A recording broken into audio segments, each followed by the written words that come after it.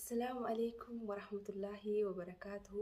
ورفتو فيك بجمتوتا روزاتو دمان كيسن مرت دمان كيسن كمنا قبل نجرتني سنجدا وسو أمانتي في كتا هنزلني جولي ورمون دمان كيسنو راكون قوة كامتي اسمه في دايه شين بس كويس نكيرو راكون قوليش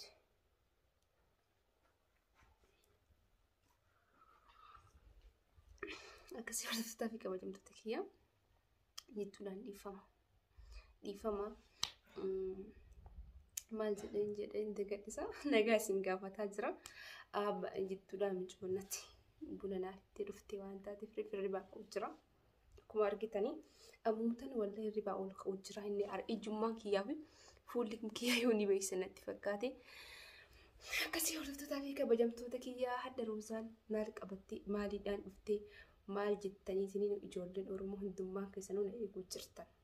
Wantiin isin ittiin na eedan kun معلومة قالوا أموتيو إن شاء الله تأي ربيتني وأنا جمعتيس وأنا سن اللي جمعتيس شجرة شو أنا مسفتي وأنا جمعتيس اللي أنا جمعتيس أسمع هاي واقع أتياتي أي جو نتلفناني نكس واني نجوجو تجترا قالت كيسنا كانجي يجولين دمان كيسنو قالت كيس والله رب ما اسني فادي بسو جالنا اسنا جالتني اللي واحد هندما يجترا اسني فاركيجرا انا اللي هدوتك حيزت جولي أورمو سبب را أنو ونينجو يشون أورمو amantii kutaa osoo hin jenne Oromoon tiyya tokko waan taateef isin hunduma keessanuu roosaan bakka guddaa isiniif qabdi hedduu takkaan isin jaalladha.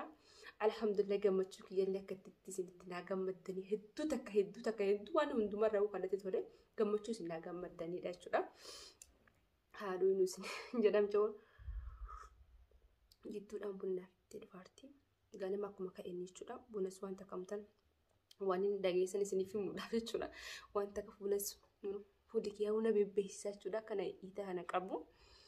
Akkasii hordoftoota kabajamtoota kiyyaa hedduutu kan gammachuu isinirraa qaba. Gammachuun kiyya immoo gammachuu keessanii inshaallah osoo taatee gammachuu keessan akkuma isin gammachuu kiyya kana dhageettanii gammachuu keessan manaadhaan bakkaadhaan dhagahuudhaan fedha. Osoo wal beekni garuu kaa carraadha. Maal goona reerabbittuu nu hunduma keenya nuuf facaasee biyya keessaa nu jiraachisee waliif hawwii nu godhee deebii ammoo bakka warri biyya ambaa keessa jirtan inshaallah rabbiin inshaallah isin haa gammachiisu taate jedhee waan hunda rabbiin nama hundumarraa xumuree rabbiin gara biyya nu haa isin haa galchuun jira. Kanaafuu hordoftoota fi kabajamtoota kiyyaa roozaan maal nu himuu deemti jettan waan isin itti naa gammaddan akkuma duraan gammaddan ammas akka itti naa gammaddan abdiin qaba jechuudha. Kanumaafuu ijoolleen takka na barbaaddan ammallee deebi'ee osoo isiniif himuu hunduratti jechuudha. Ijoolleen ifama narataa buna kana hedduu kaafee ijoolleen na barbaaddan jechuudha. Lakkoofsa kiyya maxxansuu hin danda'u. Amma na dhorkamee jira jaartii namaati. Lakkoofsa kiyya garuu ammootuyyuu abbaan mana kiyyaallee nama akkasiisanillee miti. Nama wanuti nama wal amanuudha.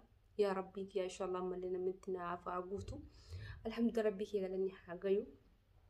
Waan hundumaa rabbiin kiyya akka yaadinnaaf kenne angaruu kan hundaan ta'a kan hundaan harkadhaa kan hundaan nama akkanaa nama kabajanaafis qabu kabaja nama hundaafis qabu tokkoffaa jaarsa jechuun jaarsa maatii kan kee tokkoffaa maatii kan kee nama sii kabajee maatii kan kee irraan dabarii hiriyoota kan ina deebi'ee ammoo mataa kiyyaa jechuudha.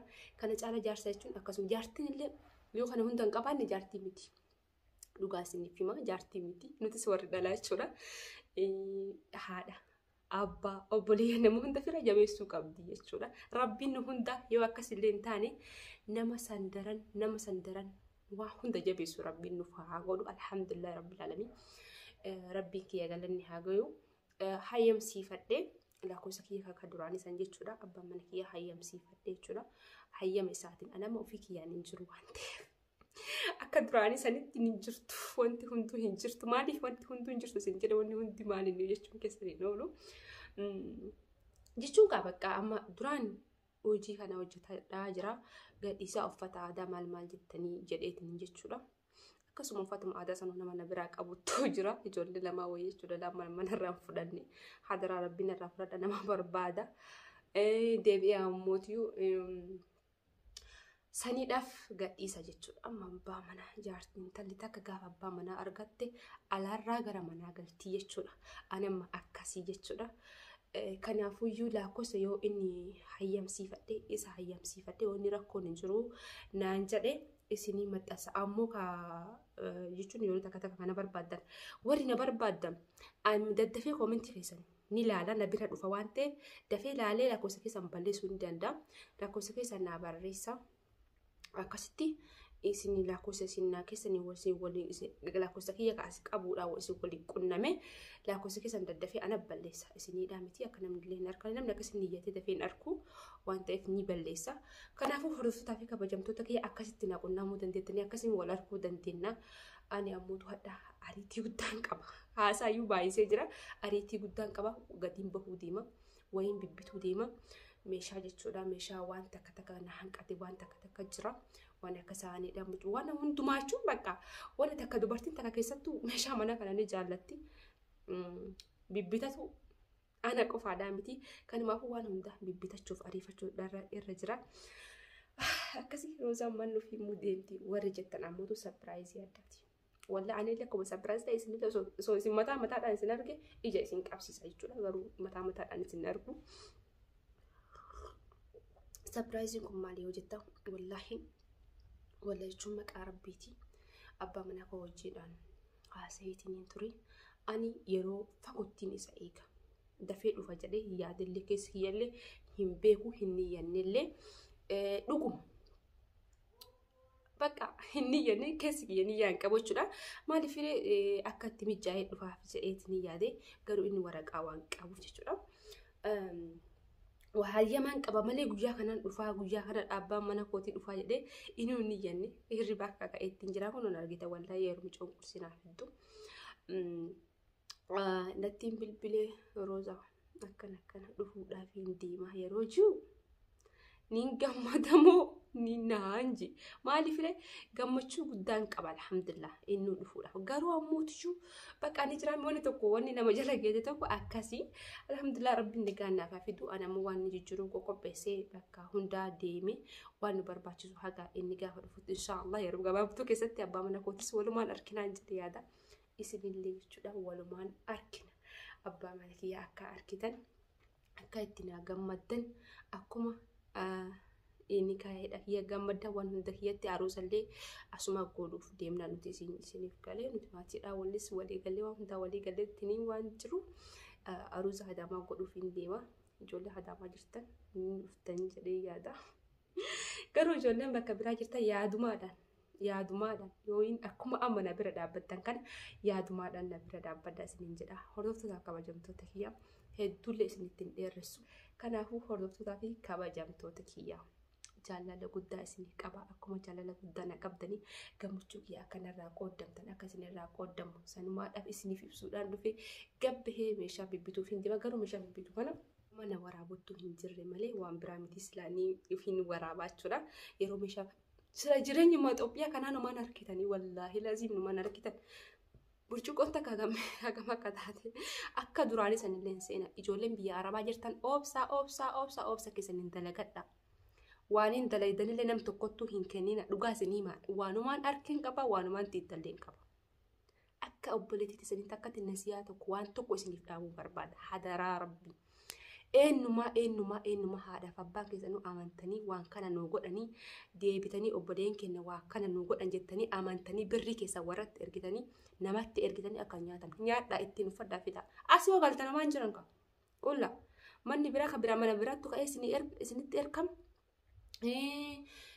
wanni isin naagootan jettan wanni 5,000 bitan 15,000 bitan isiniin jedhan kana hunda hoo akkaawuntii keessan ookiin birri yooyii waan hin gootan dhabdan jechuudha dhugaa isinii himaan bakka keettanis yoo hin dhabdan warqii dahaba keessan gurra morma uffadha galaa gurguradha gatiin tokko Itoophiyaatti illee giraamni 6,700 akkuma warqiitiin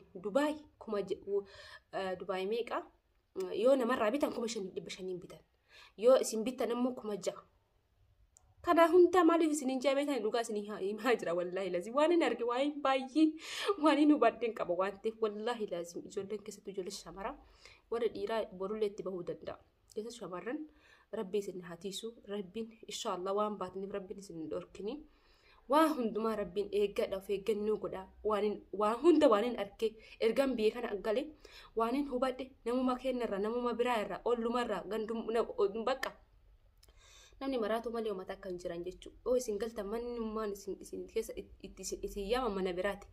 Manni isiniin ijaaradhatan mana biraati.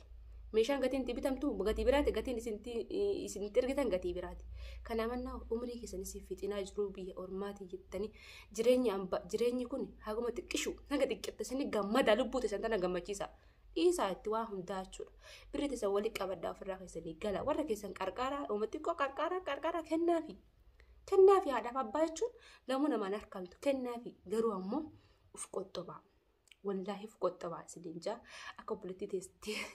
akka obboleettii teessanitti roozaan kanuma isiniif immoo waan biraati miti dhiifama irra ta'aa wanatti aartanillee ijoolleen argitanis numaan jirtanii tan arganillee rabbiin inshaallah rabbi waan akkanallee isinirra haa qabu.